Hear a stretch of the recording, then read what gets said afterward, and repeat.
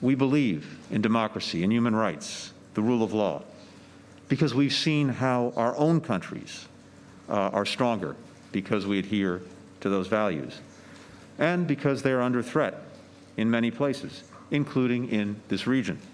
In Burma, the military is attempting to overturn the results of a democratic election and is brutally repressing peaceful protesters.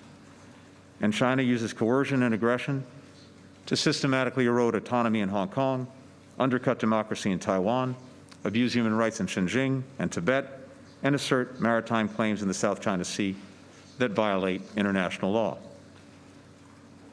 We're united in the vision of a free and open Indo-Pacific region, where countries follow the rules, cooperate whenever they can, and resolve their differences peacefully. And in particular, we will push back if necessary when China uses coercion or aggression to get its way.